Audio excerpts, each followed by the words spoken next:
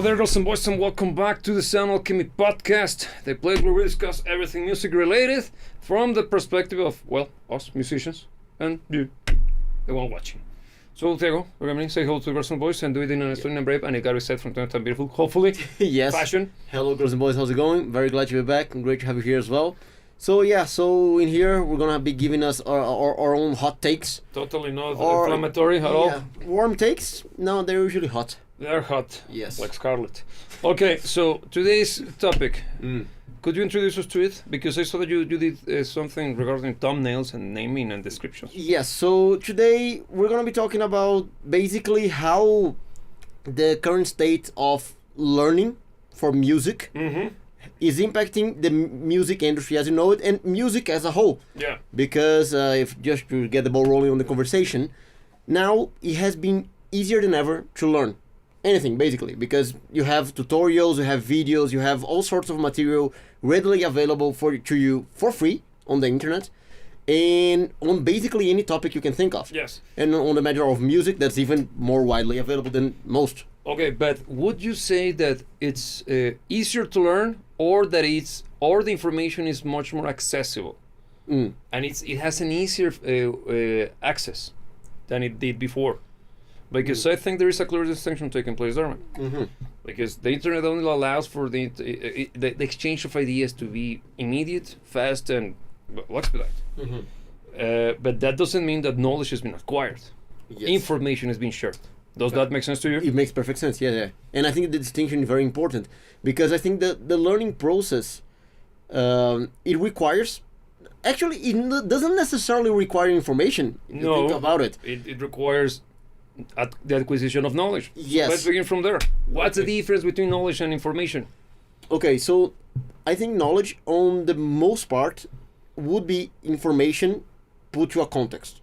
Yes. To make it very, very simple, and we can make it a little bit more abstract as we go. I get you. But I think on the most part, you would have knowledge is about the connection that you make.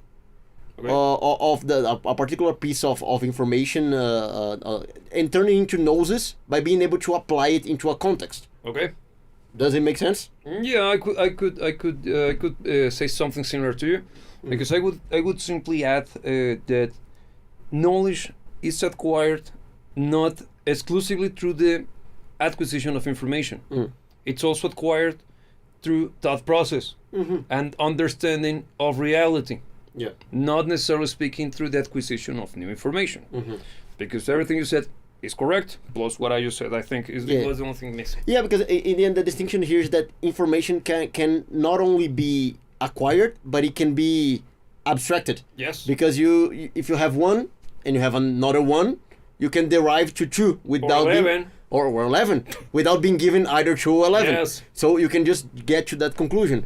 And I think the process of getting to that conclusion is the real source of knowledge. It is, because it is the whole journey that involves getting to that point or that position of gnosis, which is the word used by the Greeks to describe, and many other tribes. That we're doing well. Yeah. Acquire a particular wisdom, not necessarily speaking technical prowess. But now coming back a step then, now that we kind of have a better idea on what is knowledge, what is information, and what is, I think there's another between one. two. Yes. Now that music and everything else is so available, rather than using easy to learn, let's make it available. Yes. Do you think that has an impact on the way that people actually learn? No, I think no, it does. Sorry. I was projecting my outlook on it. I think it's negative. First, it does. It has democratized the information, making it available to the vast majority of people of the world. That's the first thing. Secondly, it's incredible amounts of information that you have access to on your phone, without having to do anything other than typing down certain keywords, and nowadays even just asking the phone directly. So with that being said, I think the first challenge that we're facing as humanity as a whole with this overflow of information is the overabundance of it. I remember we saw somebody discussing or sharing that last year the regular human being got access to more information in one day than the entire life of anybody during the Middle Ages. So our brains are clearly not designed to deal with that amount of information. So one of many things that are happening right now, we will get to the music aspect of it, you'll see, but it's important to have this legwork done first. Having so much information in your head, it's actually making the thought process harder than ever.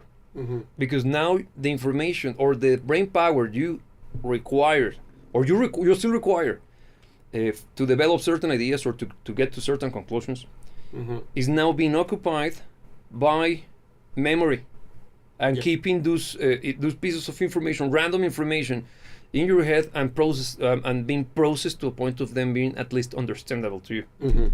So I think that this overabundance of information is making learning harder than ever. Yeah, and on top of that, but adding to the problem, because you're talking from the angle of it being way too much for the brain to handle to a degree. Our brains are extremely capable machines. But but clear attention, good point. Let me just elaborate a bit there. I don't think that we are incapable of understanding the information, but the way that our brains are designed is not to take care of data, is to see data, synthesize the data, and come to a logical conclusion based on the results. That's why we got computers, and the computers are great for data analysis and data managing. But they suck at making decisions. They are unable to do it. That's why we even have the whole thing with the quantum computing and stuff and blah blah blah. Fascinating stuff, but it's still a dream. But it seems that there are some pushes there, actual pushes. There have been some alleged, not for real, by Google and Microsoft. Okay, well, actual pushes, and one even involved the creation of new materials and stuff. For real, man. For real? And okay. Something very, very far-fetched. That's actually kind of beyond the scope of this conversation. But still, on the scope of this conversation, on top of what you mentioned of this aspect of being an overload of information, you also have deriving from the same thing but a different problem, which is the fact that since information is so readily available, you don't actually see the need of abstracting. Because since you have the answer to most of your questions at the tip of your fingers, you wouldn't necessarily spend the time or put the effort into thinking.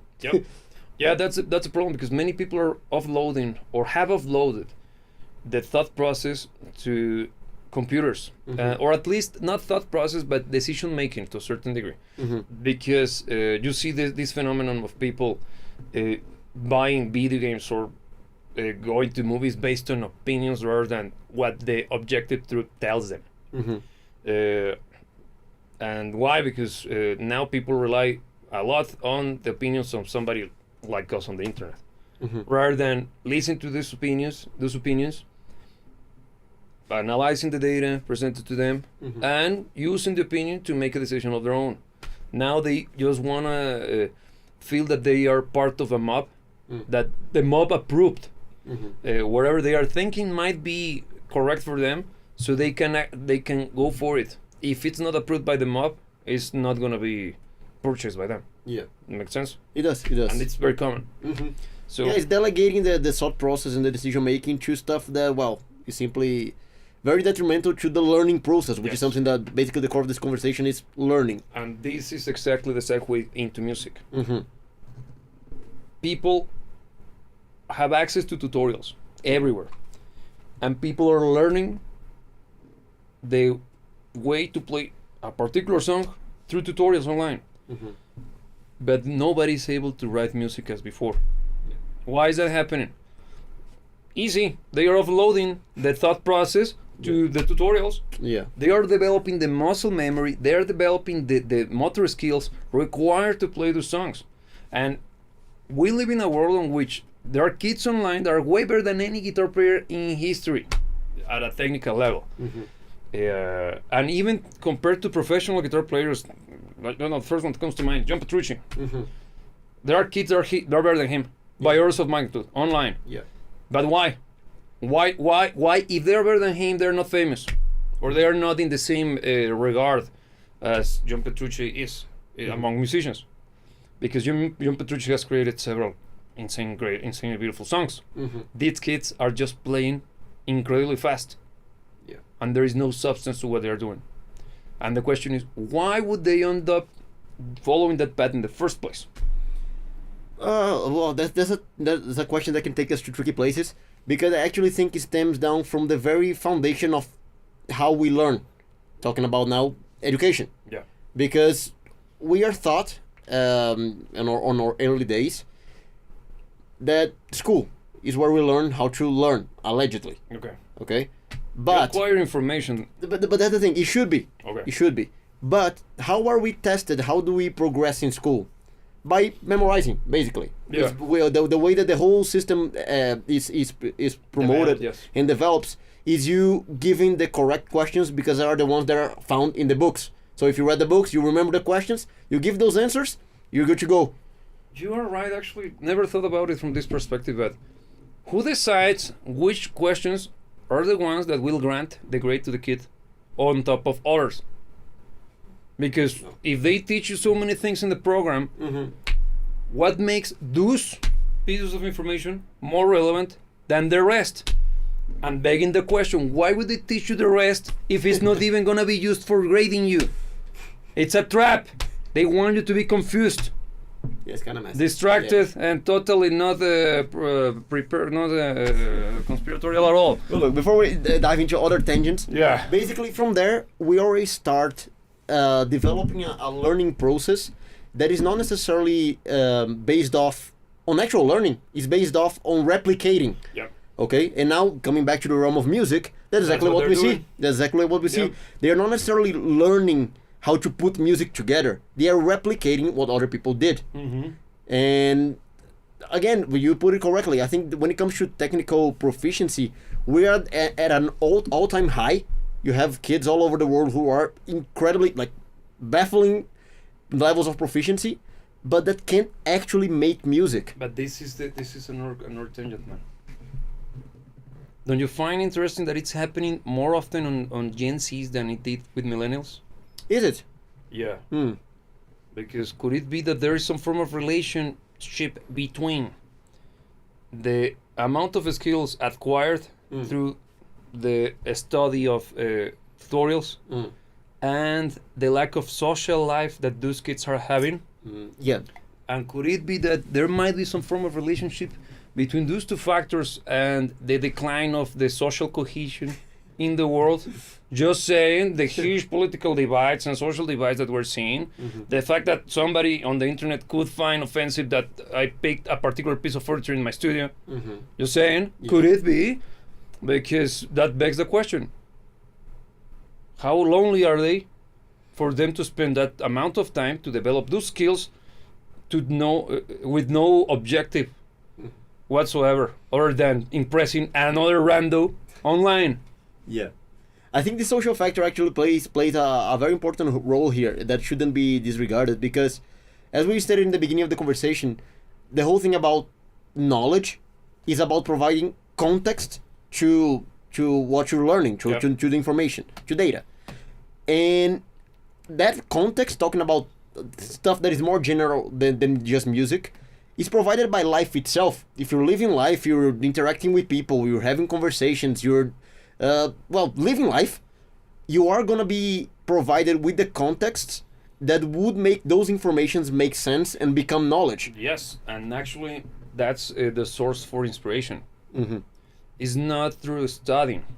Learning music theory, learning or developing the motor skills to perform correctly as an instrumentalist are they have very little impact on the creation of music. They serve the purpose of expanding the language, but without any idea that you would need to express through the use of the languages and the phrases, the musical phrases that music theory provides, you won't be able to use it. You just have tons and tons of information in your head that you cannot find a use for due to the lack of life experience. Because that's why beautiful songs were written. There is a story behind them. Every single song, even every rose has a thorn, has a story behind it.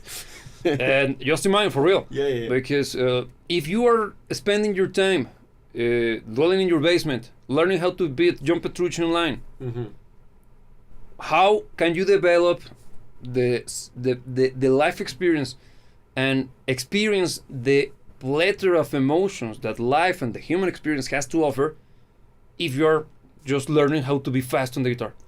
Of course. Just saying. Yeah. And look, just to make something very, very clear, you touched on it.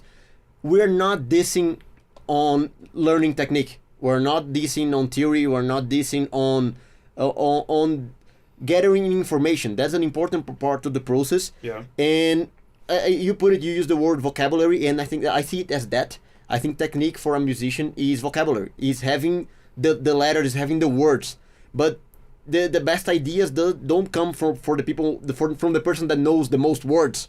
It comes from the person that has the best ideas. Yeah. And has the words to put those ideas in. That's what you need, both. You need both, and a good measure of balance of both. Yeah. And so just to make it clear, because I know somebody's gonna come to the comments and say that, you need to study, you need technique. Of course, you need technique. Did I say that you shouldn't? Of course, but yeah. Just making it very clear. Again, this is the internet, and this is the current year. To quote a particular no longer prime minister, I think, of Canada. Yeah, exactly. But so coming back to the whole thing of music and learning. Look, we have this. We already established that there is an overabundance of information, and even though it could be overbearing and overwhelming, sorry, that's the word that I was looking for, it's a huge game changer, because now certain information that only was accessible to somebody who went to music school to learn those skills, now you can have a good chunk of that information online. So there is a silver lining here. Yeah. The issue is that finding those nuggets, golden nuggets, among the dirt, because it could be something, insert whatever substance you would like to use there, is very tough. And that's the first skill that you have to develop. Yeah. Because we have to understand and accept that this is the way we do things now. So now we gotta find solutions to this, because we got plenty of information, but we need to be able to define the information that serves a purpose to us and distill it from the rest. Because not all information, just because of it being information, doesn't mean that it's useful or it's good. There is bad information. More than good, more than likely. Yes, because usually, and it's not necessarily that it has ill intent behind it. It simply doesn't make sense for you to store or use that information in your head, because it serves no purpose. So the first skill to develop is learning what truly helps you. And an easy way that I would recommend anybody to do is keep track of what you want to do. Have a clear objective in your head, and always ask yourself the same question: does this push me closer to my objective? Yes or no? If it does, continue. If it doesn't, why are you doing that? Move to the next one.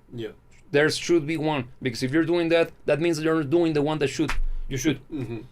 But look, this that you mentioned kind of relates to another problem, because we're talking about being focused and objective. You have a goal. You know what kind of steps lead towards that goal. If you're taking steps that don't, you shouldn't. It's sound enough in theory, but now seeing where the biggest source of information is, phones, because they are the repository of information of the whole world, the internet, at the tip of your fingers in your pocket. So usually information nowadays is gathered on phones. Phones are the least focused medium you can have. They are by design meant to be distracting. So you, even though you're talking about something that is it's true and is very sensical in its theory, in practice, let's say you're on your phone looking for the information that you know that takes you to where you want to be. You want to learn how to play, let me say something by Van Halen, something like Hot for Teacher by Van Halen. You can find that information online, but then on the side tab, the myths about Van Halen kung fu tricks on stage. Let me click on that. Let me see. and then it derails into a rabbit hole. Into Korean girls dancing. And suddenly you're seeing midget Korean girls dancing. Yeah. And your goals were left behind a long time ago. Now you're looking at girls. No, but good point. So I think the whole context in which now we gather information, which is a good thing, having access to information is not bad. I don't think it's inherently bad. I think it's good. But the way that we have access to it nowadays, the form factor, the mediums that we use for it, I think it pushes way more in the direction of a poor use of the tools than a proper use of the tools. Yeah, that's when in pew pew lingo, you have heard the concept of trigger discipline, right? Mm-hmm. Yeah. Okay, which means that you shouldn't, every time that you are welding a pew pew in your hand, I have to use that word because we don't know. You know exactly what I mean. If you're surrounded by people, you gotta make sure that everybody can see that you have your finger outside or away from the trigger. Yeah. That's trigger discipline, and it has to be always in your head. And developing that muscle memory is always is the first thing you learn, and it's the first thing that you always have to do. Yeah. I'm using that as a reference because you should apply the same when it comes to social media and the internet discipline, if you wish. Okay. Because having an understanding that the internet is designed to distract you, is filtering with stupidity and with sexy chicks. So the only thing you gotta do is laser focus and keep your attention on the target the entire time, and learning how not to fall for the traps that the internet is filled with, so you can get to conclusions. So makes sense using the pew pew thing, right? It does make sense, but there is also a little bit of a problem that comes from that, because even though that advice makes perfect sense on the context of the internet, I'd say if we went out of this context for a more generalized life context, actually stumbling into stuff that is not necessarily what you're aiming for, kinda is part of life as well. Is also part of the process. Discovery, because let's say you have a goal again. Let's say you want to learn Hot for Teacher by Van Halen. Let's say that rather than going to a YouTube tutorial, you listen to the song and you started, okay, let me see what he's doing. Yeah. Probably in the process of trying to replicate that, you would go many places that were not the one that you were trying to arrive. Yeah. But they would be a very important part of the process. Because you're gonna learn a huge skill, which is critical listening, and also even you're gonna develop, even though you might not know that you're doing it, but you're already developing an understanding of music theory, because you're gonna start to learn that there are patterns here in what he's doing. He follows there are certain figures that you do with the fingers. Wait a second, this is not cyclical, but there is order. And those discoveries are not necessarily going to happen when learning by copying and just mimicking somebody else on the internet. Yeah. And that's a huge push forward. Yeah. I would even add an extra tip. Whenever I go down the rabbit holes of my usual light readings, or my light investigations, I always keep in mind what I want to do.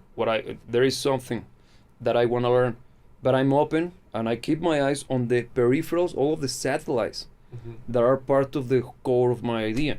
Because let's say that you want to learn about Warhammer 40,000, where it begins. Good question. Nobody knows. But the central figure is the God Emperor of mankind. Okay, so who is the God Emperor of mankind? Instead of going down the rabbit hole of watching YouTube videos of people spewing back everything from the wiki, okay, other books, I should buy it. Yeah. That way I can get the story as it is, and I can enjoy it for what it is, rather than being told what to think. Yeah. Yeah. But again, it is a byproduct of the way that we consume information nowadays, because this kind of ready to be assessed at any point in time made us lazy. There's no other way to put it. It's simply laziness. Yep. Because why would I try to arrive at a conclusion when I can just simply find the conclusion? Yeah, and the drive is lost, because I'm gonna use call it the libido. It is. I'm gonna try to avoid going down the Nietzschean and Jungian. So you got the hots for knowledge. No, the thing is that the libido is not necessarily the the sexy. I'm trying to avoid using certain words. the sexy one. It's also the driving force behind everything you do. There is the life force. So somebody who has a healthy libido is somebody who has the will to act. Why? I'm gonna as it is. Oh, that girl is beautiful. I like her. I would love to talk to her because I would love to do many things with her. The movies, for example. Of course, yeah. We all thought that. Having a cup of coffee. Did you think anything differently? No. That's on you. No, on you, yeah, you filthy. No, yeah, but if you spend your time wasting that energy or releasing the life force, and you know what I'm saying, on girls that will never talk to you because they exist probably in a completely different country, and the only thing that you see of them is photos. Do they exist? Do they even exist? At this point, I would even argue that some of them are not even real men. Yeah. That life force, that libido is lost in those. In that worthless, useless activity that will leave you alone, and the moment you see the hot girl, instead of feeling the drive, the urgency to finally do it, you are comfortably numb. Makes sense? Makes perfect sense. Total intended pun. Yeah, good song. It is. Overplayed as balls, but... Is it? Yeah, it is. I think it's one of those songs that that can somehow be not overplayed, even though it's overplayed as F. Yes. Is that good? Yeah, but... The solo is... But probably because I'm sick of the... No, man, that's the best guitar solo ever in history. It's not. It's a very one good of the one. best. It's not the best anymore, but whatever. That's for their show. Yeah. But you see my point. I see your point. And that applies to everything we do in life. Because instead, if you don't have a purpose, a good purpose, and you don't commit to that purpose, little by little, that life force is drained. And it's wasted in useless stuff that once you are in your deathbed, you realize that, you should have talked to that hot girl when she was hot, not now. Look, I have a different angle. Same concept basically, but a different angle. The way I see it is more about having a very clear distinction in between what you want and what you aspire for. Because I think, let's use the example of, let's say, wanting to be fit. Most people aspire to be fit, but what they want is to be at home eating junk food and doing nothing on the couch. So I think the whole thing, what's the word for it? Willpower. I think willpower, it really is knowing how to forsake what you want in pursuit of what you aspire for.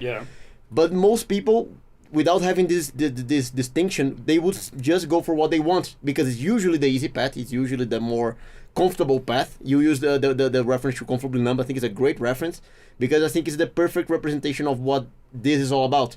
It's being comfortable enough that you simply don't bother. How stoic of you. No. That's one of the core tenets of stoicism. That it's been also kind of ruined by the manosphere, your ambutates and stuff, which uses the word incorrectly, or even the philosophy is not even understood by them. But wherever, I digress. That's a conversation for another day. But coming back to how music and learning as a whole has morphed into wherever that is now. Because when I was a kid, first and foremost, how many years have you spent in your life learning music? Learning music? What are you calling learning music at this point in time? Let me be more precise. Studying the dark arts of music. Okay. Studying a portion of the whole. I have always been playing. I think in the beginning I used to study a little bit more. I was a little bit more avid for knowledge, for improvement. Then I think everybody kind of finds a plateau. Then you have pushes. Rather than being driven 100% of the time, I think you have pushes of that pursuit of knowledge. And I still find myself having those every so often, but I can't say it's a constant anymore. Okay. Have you ever got any proper education? Or spent periods of time with classes, for example? No. I have. Extended periods of time? I have pursued education, but I haven't had Okay. education. So yeah, that's good. Okay. Yeah, the thing it doesn't make any difference, okay? Because for as long as the information is the right one, you're on the right path. Fair game, yeah. Yeah. I'm just asking because of how being in this business for this long, I met everybody in between. Mm-hmm. The guy who was part of the conservatory, super highly classically trained musician, and the guys who know anything, know nothing. Sorry. Yeah. And those guys, you see that even though they couldn't be more dissimilar, they fall for the same traps. They do this. They have the same vices. Okay, elaborate. Because one guy uses excuses to don't develop one part of the equation, the other half of the equation that is becoming a musician. Yeah. Because the guy who doesn't know anything uses the excuse of, "Oh man, music shouldn't be taught. You gotta do it with your heart. It gotta be whatever you wanna say, and your soul is communicating to you." So yeah, but how are you gonna do it if you don't know how to play a goddamn instrument? Yeah. And if you are only able to play 3 freaking power chords, how many songs, how many phrases, how many ideas can you project with 3 goddamn chords? Okay, and the other guy, Philistines, don't know anything. And why every single one of your compositions sounds like homework? Because you spend your time doing homework rather than living. And as Marcus Aurelius used to say, to paraphrase, to quote, not paraphrasing because it's not a quote, but a man should never be afraid of dying, should be afraid of never have lived. And period. Yeah. And Obi-Wan Kenobi. Obi-Wan Kenobi, clearly. Yeah, but that's what happens to the nerd. Mm-hmm. But both of them are equally wrong. Yeah. Because they both are using the same excuses, man. Yeah. They are just simply looking at the problem from a different tangent. Yeah. Huh? Yeah. And look, I think kind of bringing now music into the context that I provided a little bit before, the whole thing about what you want and what you aspire for. Now in music, I think everybody aspires to be good. But do they? I don't think so. No, they aspire for it because everybody would like to be good. No, but wait. Okay, good. Let me just. Why would you make the claim that they want to be good in today's atmosphere in which hip hop and that hip hop is the main popular noise, background noise? Look, I would still be willing to be hopeful that whoever picks a guitar. No, they do it. Yeah. We have seen them. I even have the term Instagram musician. Yes. They do it, but the question is, what's their driving force? I don't think he's playing music, man. I think since they cannot do this online, well, the ones who can and do the guitar, no man, they knock the ball out of the park. But I think it's because they are trying to attract attention, not because they want to make music. No, but in relation to what I was about to say, Okay. Because what they want is to feel good about themselves, not what they aspire for. That's what they want. Yes. And let's say the aspiration is music, is real music, is learning, is being good. Yeah. Okay. But most people are stuck along the way because they fall prey to what they want. What do they want? They want recognition. They want to feel that they know enough to impress their moms, which is not hard. No. But they don't want to put effort enough to impress an actual crowd. Yeah. Which is very hard. But I think they are looking for the admiration of the crowds. The dopamine hits that comes from likes online. That's the reason why they do it. And that's the reasoning behind the arms race that is taking place on the TikToks and shorts and everything that is short, stupid format. Yeah. Everybody's trying to outpace the previous guitar player. And how do you do it? Faster, harder, or more stupidly complex. No musical at all. Why? Because the format is 1 minute, a little bit more vertical. I had a different context in mind, and it makes a difference, the context. Because look, when I mentioned to become good enough to appease a crowd, I was thinking a crowd on a stage. Because if you're on a stage, people demand a certain level Oh, from okay, you. I get it. Oh, yeah. Because by the fleeting nature of content on TikTok, for instance, you can get away with quite a lot. Yeah, but man, the thing is that those guys don't have the intent of ever hitting a stage. Mm-hmm. That's why they are doing the TikTok thing. Mm-hmm. And the problem is that monkey see, monkey does. And nowadays, people, their aspiration is not to be a great musician, is to become a game streamer. Yeah, that's true. So, and what kind of talent do you need to be a video game streamer? Don't come to me and to tell me or convince me that you gotta be charismatic. That's a fact, man. Because you're an entertainer. You gotta be entertaining. That's obvious. But there is no talent involved more than being nice and learning how to talk to the people on the camera. Yeah, that's and I have no gripes with them. They're doing what they managed to find a niche there, and they are capitalizing it to do it. Yeah. Nothing more than tipping of my proverbial fedora for those guys. But let's face it, they are not actually moving culture forward. And it's going to be a relic of this era at one point or another, because the same what happened to the previous entertainers that were occupying their space will happen to them. Mm-hmm. Because just think of every single one of the big ass YouTubers from 10 years ago. Yeah. Where are they? Retired. Yeah. Why? Because their audience outgrew them. Yeah, some of them are still doing the same. Yeah, yeah, yeah. Yeah. But it's not the same anymore. Mm-hmm. Why? Because if what you're doing is based on the circumstances, those circumstances will change inevitably. Therefore, the success that you're acquiring at that point will stop happening because the circumstances have moved to the next one. Mm-hmm. And if you're lucky, it's gonna still be enough for you to keep going. But that rarely happens, man. Yeah. So I think that the whole push online that you see from guitar players, specifically because it's the one that is no also drummers, man. Yeah, It's no, you have on filtered. every phone. Every instrument is just there.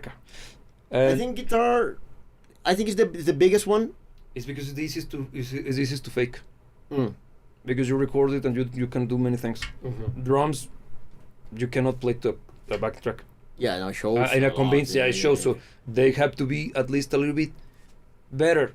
Mm-hmm. On guitar, man, Yeah. man, there are many ways to hide mistakes. Yeah. So and that's the point, because if you truly if you could hear what it sounds like when they are doing the shots, you gotta be quite eagle-eyed to see that it sounded correctly, but it wasn't clean. It's impossible for that particular phrase to sound the way it did, given the way he played it. Look, But you gotta be that nerdy, man. another aspect to this conversation that we can take a little bit of a tangent here, because we have been talking about how the accessibility to information has been changing how music develops, okay, and changing for the worse very clearly. Yeah. But now you mentioned a different point there, which was how music now is being made to impress online, on the most part, hashtag not all, but well, that's what we see most often. And on this medium, there are plenty of tools. There are plenty of ways to hide, there are plenty of ways to mask and make whatever you're making look better than it actually is. Yeah. Don't you think that is also not one of the biggest culprits when it comes to now the state of music in general? Being able to have those tools that either do it for you or fix your mistakes, or simply makes it simply makes your life way too easy. You know what I mean? Yeah. Look, I think people are spending more time learning how to fix mistakes and how to do the trickery than they should spend time learning how to make good music. Mm-hmm.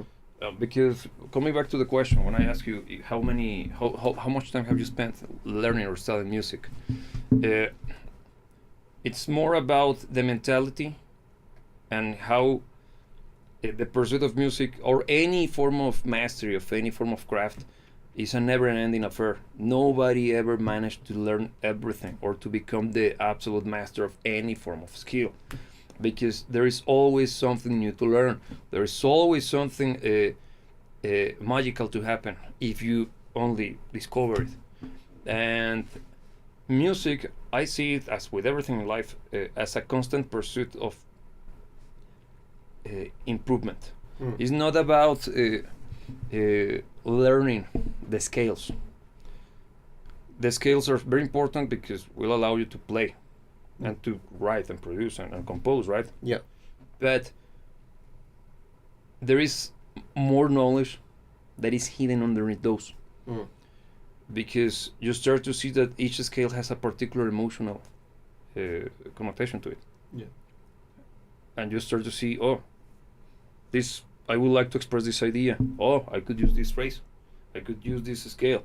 And this harmony will allow me to do it. Oh, I remember those techniques, the counterpoint and all that. Oh, oh.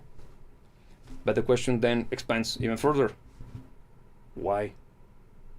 Why does that particular scale has that particular feel? Why it makes me feel the way it does? Yeah. And they're like, this is deep, man. This is very deep. And you start to look for the correlation between you start to see first the scientific route, and then you discover that there is tons of math. Yeah. It's incredibly complex, and you start to see how sound behaves the same way as radio information and anything that is wave based. So the universe, you start to see how vast this is. I'm trying to keep it simple. The thing goes so far and becomes so deep that you realize how tiny you are as a student and how your learning experience never stops. The problem is that many people forgets or loses the luster, forgets that this is magical, that this is so deep, and they spend more time, they reach a plateau. That's why they plateaued. Because just because I forgot to bring the props, but you don't know how many books I have here on music theory, instruments, music history. I have everything I can get my hands on every time that I go book shopping. Actually, I do it. And there is always more. And it's not because I want to become the absolute big brain when it comes to music. No, it's because I know that I'm so stupid. I know that little, that there is a chance that through my research, inspiration happens, and the magic happens again. So it's an act of humility, man. Yeah. And also it's because there is huge satisfaction on becoming better, but actual improvement, not show off. No, stuff that you can clearly show, like, well done, I'm good. Yeah, I'm good. But not in a prideful way. Yeah, and I think that's also at the very core of the issue here, because I think we, by nature, we are driven by this sense of accomplishment. I think it's one of the fundamental aspects of us as humans that push us to become as great as we are as a species. And I think we kind of through some of the things that we mentioned before, like how we learn in school, for instance, and many other things regarding culture and society, kind of we lose interest for the feeling of accomplishment. Yes. I think one of the biggest driving forces that we kind of let go of it at a certain point in life, when, well, we should embrace it fully forever. And it's what you said before.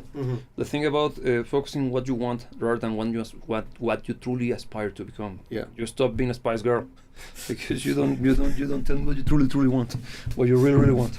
No. If only you listen to them. Not what you want, is what you really want. What you really want. If only people stick to that, we wouldn't be in the position that we are right now as a society. Yeah. And taking it home, because it's almost an hour, incredible. I think that learning music, it's a skill, it's required, it's a must. One of the many reasons why music is so bad nowadays is because the people who are making those noises have no idea how deep and how vast music is. They have no idea that there is emotion that could be expressed. And they think that just lyrics is what makes or gives a song feeling. No, lyrics are important as balls. Very important. And they have to be beautifully written, 100%. But music is not poetry. It doesn't rely on the lyrical content for an emotion to be expressed. Yeah. So it gotta be first the music, the one that speaks to you, emotional speaking, and the lyrics have to be the "Pua." Yeah. That's one of the biggest problems that we're facing nowadays. Because those who think that they create profound and meaningful music, they use the excuses. This once again coming back to the dumb and the ultra educated musicians. Yeah. It's the same excuse again. Yeah. I focus on this. That's why the other part sucks. That's not excuse, man. Yeah. And that's something very common. And also, laziness has become the norm. Being in this business and having worked with so many people and having to reject many projects as well, based on what? I don't like it. I don't want to be part of what I consider to be the one of the driving forces behind the destruction of Western civilization. No, for real, I'm not joking. Yeah. Because this cultural erosion, it's actually destroying us from within. The loss of self-respect, the loss of the pursuit of excellence, the normalization of stupidity and deviancy, all of those things partially derive from the lack of good music. Because good music is made by whom? Human. And since we have bad music, therefore the humans producing the music. Yeah. And you see, of course, it's just a little tiny section of the whole problem. Yeah. But you know what I mean. You see what I mean, I hope. Yeah. So please do the effort for those of you watching, and that one that actually reached this point of the conversation, please get your objective clear in your head. Stick to it as far and as much as you can. Put your heart and soul into it, and learn to remove from your head any sign of doubt, because blessed is a mind too small for doubt. Focus on what matters. Ignore the stuff that could be just cluttering your vision, and stick to it. And that will lead you to knowledge, to gnosis. What do you think? Look, first, I agree, and secondly, I think I'll go with my final statement. Will basically be in support of that, but I think it's something that happens even before, because you're talking about having that direction, but before you can set a direction, I think you need to have proper reference, and I think a good starting point is setting a high bar. So I think don't settle for crap, basically. If you want to put at the core of what I'm saying here, is don't settle for crap, because there is good music around and there is very bad music around, and it's up to you to choose what you listen to. Yeah. And if you listen to good music, now in the context of music, but it's applied to anything, if you listen to the good stuff, when you are in the process of setting your own bar, you're setting your own objectives, It's going to be based on that. it's gonna be based on those parameters, on those standards. Yes. And you should aim high. So it's just kind of creating a layer to that you were saying, but it's the same. But don't let yourself aim too low as well, because you also can do this, have that directed mind, have an objective, and the objective will be simply something small, where you will be content with whatever comes along the way. But if you're aiming high enough, that's where you push yourself, and that's where actually you become someone worthy of the great stuff. Yeah. So in a nutshell, become as enough. So on that note, let's go. Okay, so girls and boys, it was great having this conversation with you. We have this conversation on a weekly basis, and you're more than invited to join us on the next one. If you miss it live, you can see it on the video tabs afterwards, because it's going to be there. But it's always nice when you can join on the spot, because we can also have you as part of the conversation.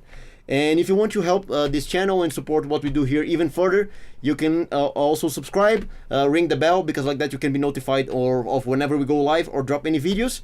And if you want to go even further than that, you can listen to our music on Apple Music or Spotify, or follow us on social media such as Instagram and X, where we can be in touch in a personal manner. Look at that. Yes. We finally found use for that terrible. Yeah, the terrible placement. And Yes. we always make the comment, man, we gotta fix them. And we never do. Yeah. So, on that note, the only thing left to be reminded is that you should never let anybody tell you what to dream about. Remember that we will see you when we see you.